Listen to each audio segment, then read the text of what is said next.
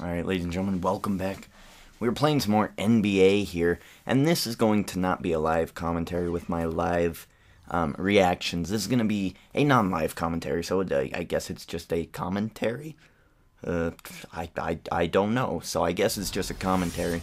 I'm just sitting here watching the highlights that I selected and talking to you about current NBA stuff. Now, first of all, look at this. Look at this. Chris Paul and Ray Allen are on the Cavaliers. What the hell happened? I have no clue. Okay, now first of all, remember the last video, I thought this was going to be a cakewalk. I was like, I'm going to trounce the Cavaliers, but now they have Chris Paul and Ray Allen, so they've got a threat of cutting, a threat of a three-point specialist, and Verjal's not that bad of a center. So now what I thought was a overwhelmingly easy battle, it's now basically an even battle, mostly because of surprise. Okay, now here someone did ask to see the camera angle. My camera angle I work with is Drive, Zoom 5, Height 5, all that nonsense. You saw it. I might unzoom it, although I was playing on HD, so yeah, so if you're playing on non-HD TV, it's best to zoom out because probably your TV can't get the widescreen angle, so no worries. I picked most because this game actually turned out as a pretty good game that I thought was not going to be a good game at all. So this I thought would be a good game to get my non-live commentaries going. As you can see, I get the offensive rebound and getting it back and in over Verjal. So first of all, I'm not sure how in the hell Chris Paul and Ray Allen got onto the Cavaliers. And I did some research after that. I didn't put it in the video. I did some research. They said that they just signed on, like they were free agents. They just signed the Cavaliers. Which, did the Cavaliers have that much money? I don't know. And Ray Allen got cheated out of his deal. Chris Paul got like $12 million or something like that contract, and Ray Allen only had maybe I want to say like $200,000 a year contract or something like that. It was very, very low. Ray Allen is a sniper. I would have paid him more, but I guess if Ray Allen is accepting that, sure. I mean, they got a hell of a deal. The Cavaliers this year in my playthrough definitely going to be a threat. Now that's enough about the Cavaliers in this game. I'm done talking about the Cavaliers for now. Let's talk about the LA Lakers. Here's my problem with D'Antoni. D'Antoni's a great coach if you put him with the right team. You tried having him coach two superstars and a couple other big guys. You tried that. It didn't work, as you can see. I get the nice steal there, an accidental steal, and it just happened, a miracle.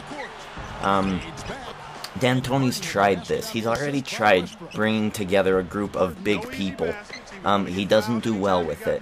He does well with one star, and he did pretty good with the Phoenix Suns. Not a winning. He's a lot like Jerry Sloan in a sense, where he can win and get to the playoffs and have a very good offense that is dominant, but he just can't deliver, and that's how Jerry Sloan was every year. Every year we were in the playoffs. There wasn't a year that we missed the playoffs with Jerry Sloan as the coach. We just never could deliver a playoff winning attitude. And that's how D'Antoni is to me. He hasn't won one yet.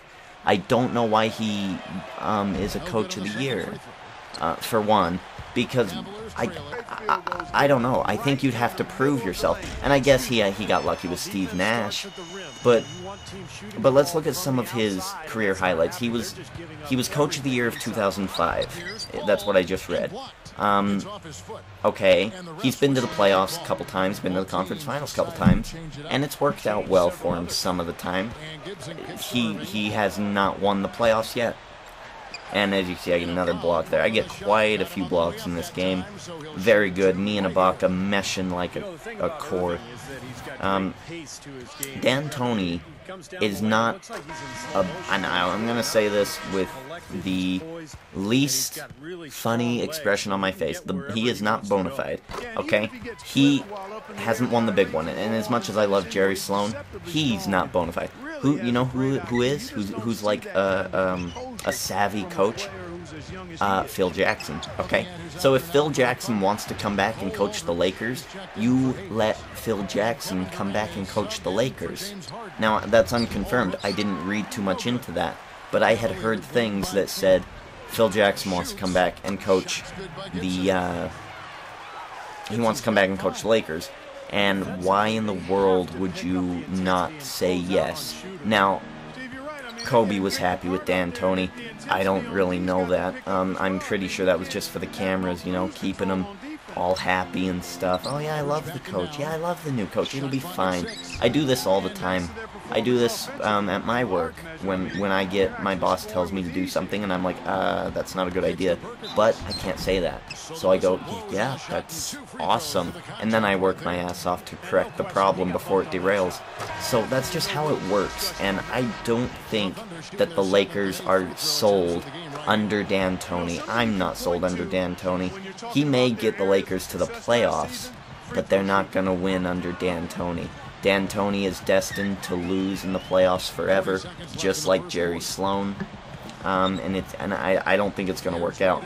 He couldn't bring together Carmelo Anthony, Stoudemire, and those are two superstars. I have no clue how in the world he is going to bring together basically four. You got Nash, Kobe, I want to say Durant, but it's not Durant. It's Dwight and Pau Gasol. Pau Gasol kind of counts.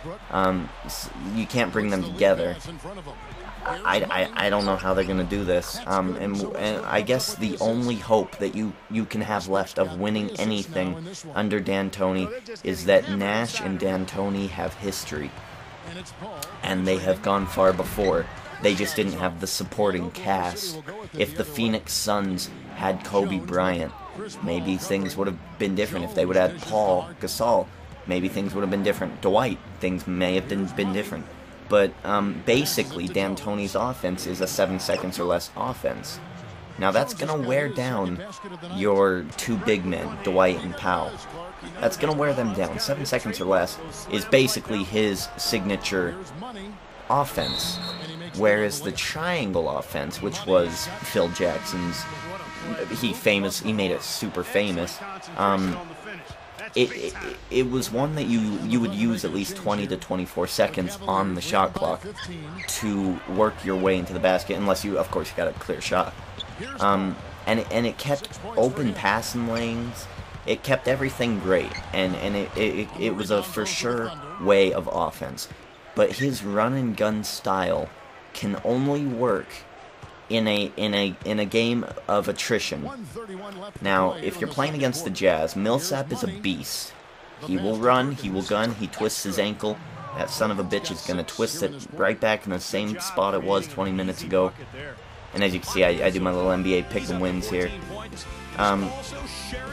Millsap is a beast, and he'll keep running.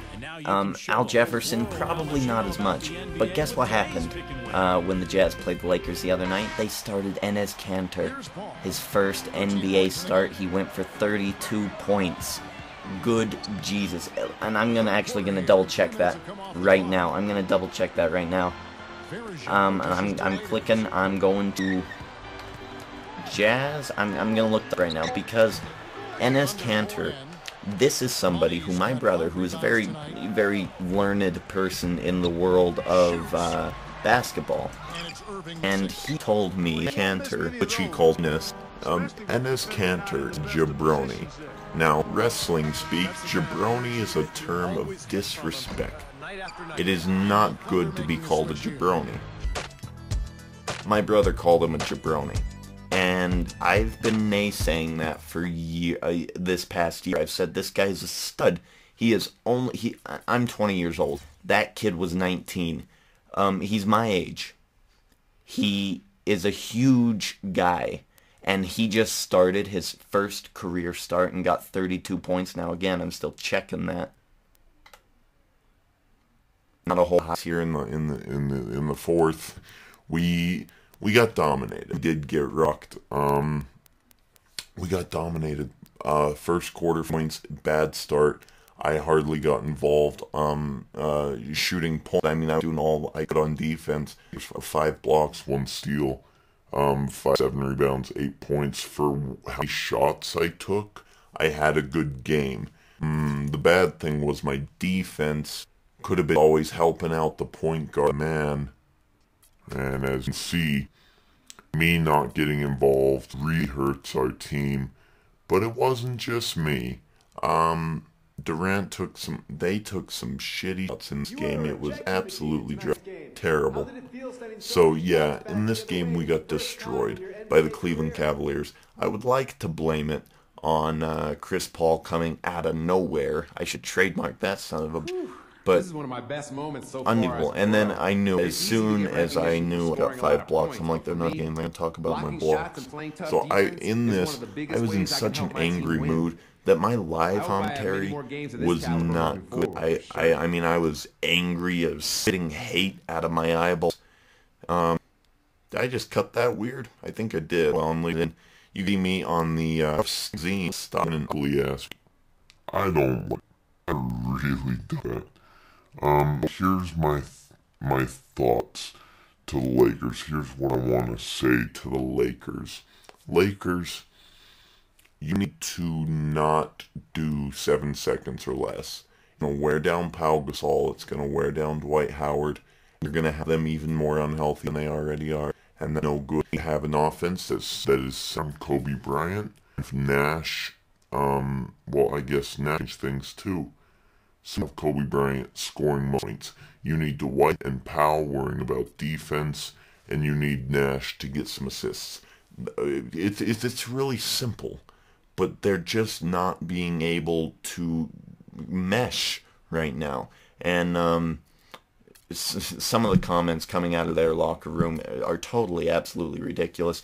Dan Toney saying, "Oh yeah, we'll be fine. Yeah, we're just trying to mesh." And Dwight Howard, "Oh well, we just need to." And then Kobe, "We need to deliver and execute." And well, yeah, it's a combo of all those 3 things, but you need to get your shit together is really what you need to do.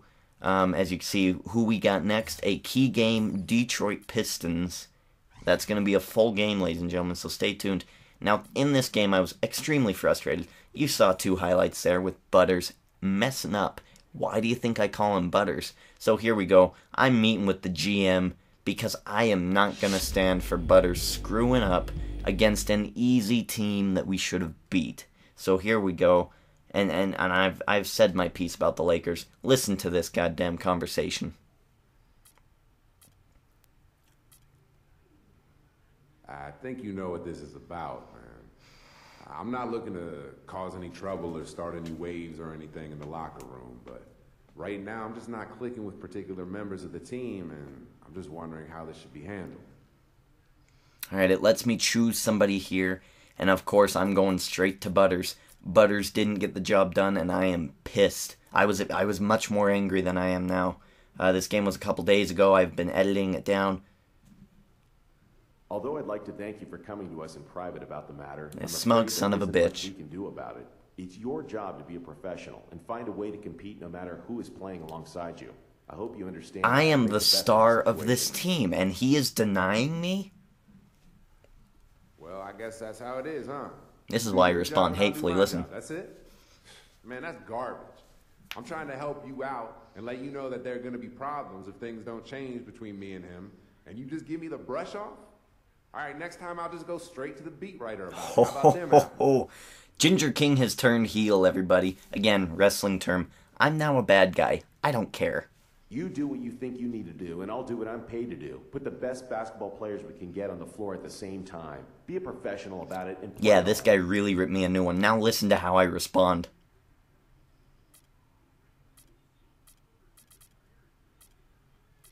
I can't say shit. There's nothing I can say, so here we go. No doubt. All right, well, thank you. And good talk, man. Much respect to this general manager. Much better than that turtle son of a bitch we used to have with the Philadelphia 76ers. This guy has balls to snap back at me. I'm the Ginger King. Who does he think he is?